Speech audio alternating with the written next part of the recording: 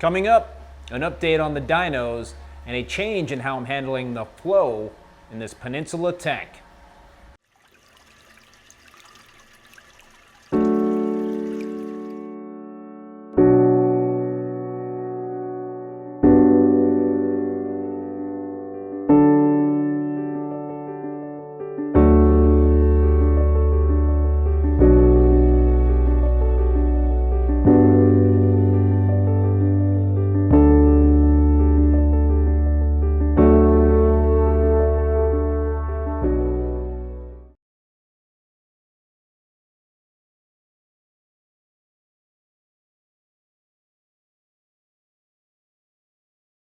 So it's been about 4 weeks since I had this massive dino outbreak in this tank.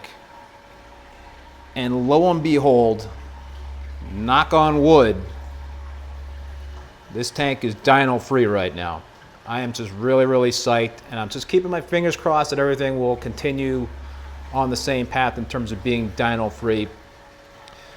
As I mentioned in the last video, the plan that I put into place, and it seemed to work, was initially I suctioned out as many of the dinos as possible using a 1.5 inch tubing to suction off as much as possible on the rocks.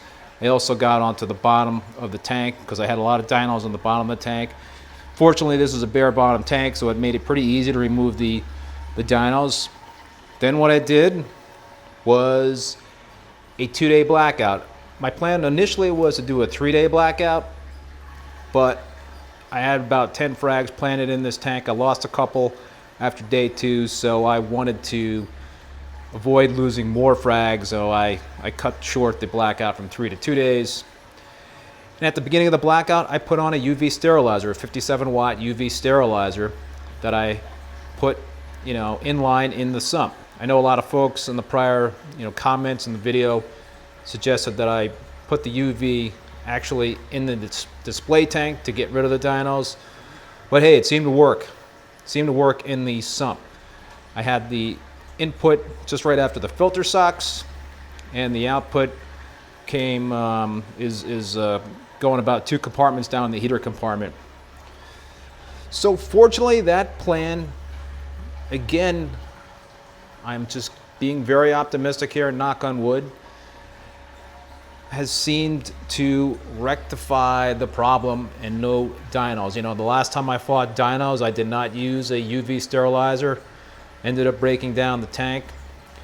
Fortunately, what I've got going on here is I ID'd these dinos, and I determined that they were the type that are free floating, so when the lights go out, they come into the water column. I think the UV was certainly the trick, but really ecstatic, very psyched that that this problem seems to be solved. So I will just keep the fingers crossed and hope that things will stay the way they are at this point in terms of no dinos. And honestly, I plan to keep that UV sterilizer going. I think it's a something that is not going to be harmful to this system. I will run it 24/7 moving forward. I just feel like, with the bacteria colonizing the rocks, I feel like the UV is not going to impact the beneficial bacteria for this reef tank. I think it'll be good also in terms of preventing fish disease, or at least partly to help prevent fish disease with the UV. So there's some positives, and at this point, I plan to keep it. Now, another thing I wanted to talk about with this tank is circulation. And as you can see, I have some MP40s on the end of the tank, the viewing panel of the tank. And yeah, I was trying to avoid doing that. I really was. I didn't want to have any recirculating pumps on the viewing end of this Peninsula tank. I thought it was going to be a big eyesore. But you know what? I had a couple of MP40s lying around that were not being used. So I decided to put them on this end of the tank to see what it looked like. And it didn't look that bad. I didn't think it looked terrible. And now the reason why I wanted to add some more pumping power to this tank is because when I added a couple of, I think I added 8 to 10 SPS frags, my starter frags that I pulled from the established 187 gallon tank. And on this end of the tank, it was obvious to me that it needed more flow. The polyps were not really moving in the current. There was a lot of stagnation on this end of the tank. I wasn't getting like a lot of algae. I was getting some detritus buildup down at this end of the tank, but it just seemed obvious to me that I needed more flow down here. And that's the challenge, right, with a Peninsula tank, is to have enough flow. I started out with actually 4 MP40s on this end of the tank. I ended up switching out 2 of those MP40s for MP60s. So in total now I've got 2 MP60s, 2 MP40s down in that end where the overflow box is, and these are 2 additional MP40s down here. So flow is just really, really important with an SPS tank. It helps deliver nutrients to corals and helps keep the detritus suspended. So I was definitely bummed in terms of the aesthetics.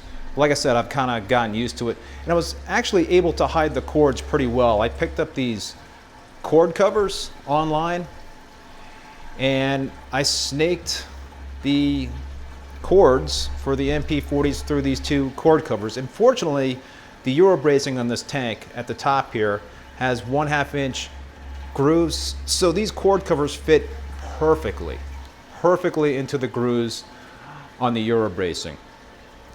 And when it's all said and done, I want to have a good looking reef on the inside. I'm not as worried in terms of how it looks on the outside. Yeah, it's great to have a clean look on the outside, but again, to me, I don't think it's that bad. So it is certainly a challenge to get the sufficient flow in the Peninsula tank, and I found that out firsthand. But I'm pretty happy with the way it turned out, so we'll see how it is moving forward in terms of when the coral frags start growing out. Well, that will do it for this video. If you liked it, please give it a thumbs up and hit that subscribe button if you haven't done so already. I also want to remind you about my premium SPS frag store on ReefBum.com. I will leave a link in the video description below. I will also leave links for my equipment store. I do sell GHL, Royal Exclusiv, and Pax Bellum equipment, as well as Reef, Octopus, calcium, and Kalk reactors. Many of these products I do use personally on my tanks. Until next time, be safe and be well. Later.